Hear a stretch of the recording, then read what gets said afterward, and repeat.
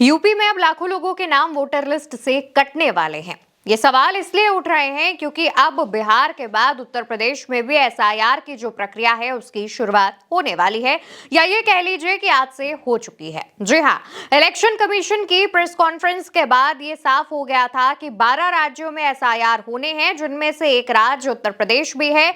और इन राज्यों में एसआईआर की प्रक्रिया की शुरुआत 28 अक्टूबर से शुरू हो जाएगी। इसको लेकर के लगातार विपक्ष सवाल उठा रहा था, लेकिन अखिलेश यादव को पहले से ही इस बात का अंदाजा था। इस वजह से उन्होंने तैयारियों की शुरुआत पहले ही कर ली थी। इधर इलेक्शन कमीशन की तरफ से ये जानकारी सामने आती है और दूसरी तरफ अखिलेश यादव एसआईआर को लेकर एक बैठक करते हैं, जो कि प्रयागराज और कौशाम्बी में की जाती है। और उस बैठक के बाद अखिलेश यादव एक घोषणा करते हैं, जहां पर एसआईआर पीडीए प्रहरी का जो ऐलान है वो अखिलेश यादव की तरफ से किया जाता है। ये क्या है, क्यों है, सब समझेंगे, लेकिन अखिलेश यादव क्या कह रहे हैं पहले वो जान लेते हैं। अखिलेश यादव का दोस्तों एक पोस्ट सामने आया, जिसमें अखिलेश यादव लिखते हैं, सबको उसके वोट का अधिकार दिलवाना है, हर वोट का प्रहरी बनकर लोकतंत्र बचाना है, हैशटैग पीडीए प्रहरी। इसके बाद अखिलेश यादव नीचे एक तस्वीर शेयर करते हैं, जिसमें समाजवादी पार्टी का ऑफिशियल लोगो लगा हुआ है और लिखा है एसआईआर पीडीए प्रहरी। अब ये एसआईआर पीडीए प्रहरी है क्या? तो जानकारी के मुताबिक एसआईआर की प्रक्रिया की शुरुआत होते ही जो पीडीए के तमाम प्रहरी हैं वो जाग जाएंगे और कामों पर लग जाएंगे।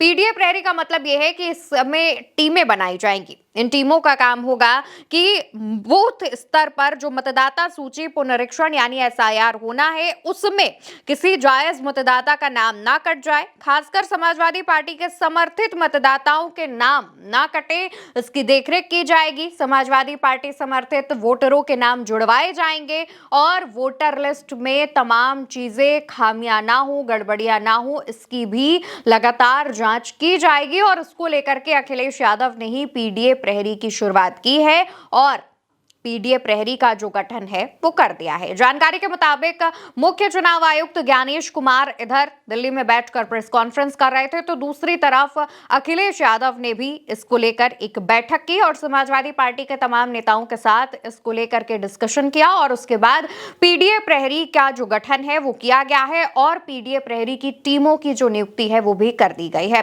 दोस्तों, आपको याद होगा कि जब बिहार में एसआईआर की प्रक्रिया की शुरुआत हुई थी, उस दौरान विपक्ष के तमाम नेताओं ने, विपक्षी तमाम पार्टियों ने इसको लेकर सवाल उठाए थे और इसी दौरान संसद में भी इसको लेकर के विरोध प्रदर्शन किया गया था। इस दौरान समाजवादी पार्टी के नेताओं ने जोरदार विरोध किया था, यहां तक कि अखिलेश यादव तो बैरिकेडिंग ही फांद गए थे और उनकी वो तस्वीर भी काफी चर्चा में रही थी। ऐसे में अब इसको लेकर के जब दोबारा से तैयारियों की शुरुआत की गई है कि एसआईआर यूपी में भी होगा, तो अखिलेश यादव पहले से ही मुस्तैद दिख रहे हैं। संसद में जिस दौरान प्रदर्शन हुआ था, तब समाजवादी पार्टी के तमाम सांसदों ने प्रदर्शन किया था। अखिलेश यादव के अलावा उनकी पत्नी और सांसद डिंपल यादव की भी तस्वीरें सामने आई थी। तो दूसरी तरफ इकरा हसन और भी तमाम जो सांसद हैं समाजवादी पार्टी के, उनकी भी तस्वीरें अभी आप स्क्रीन पर देख रहे हैं।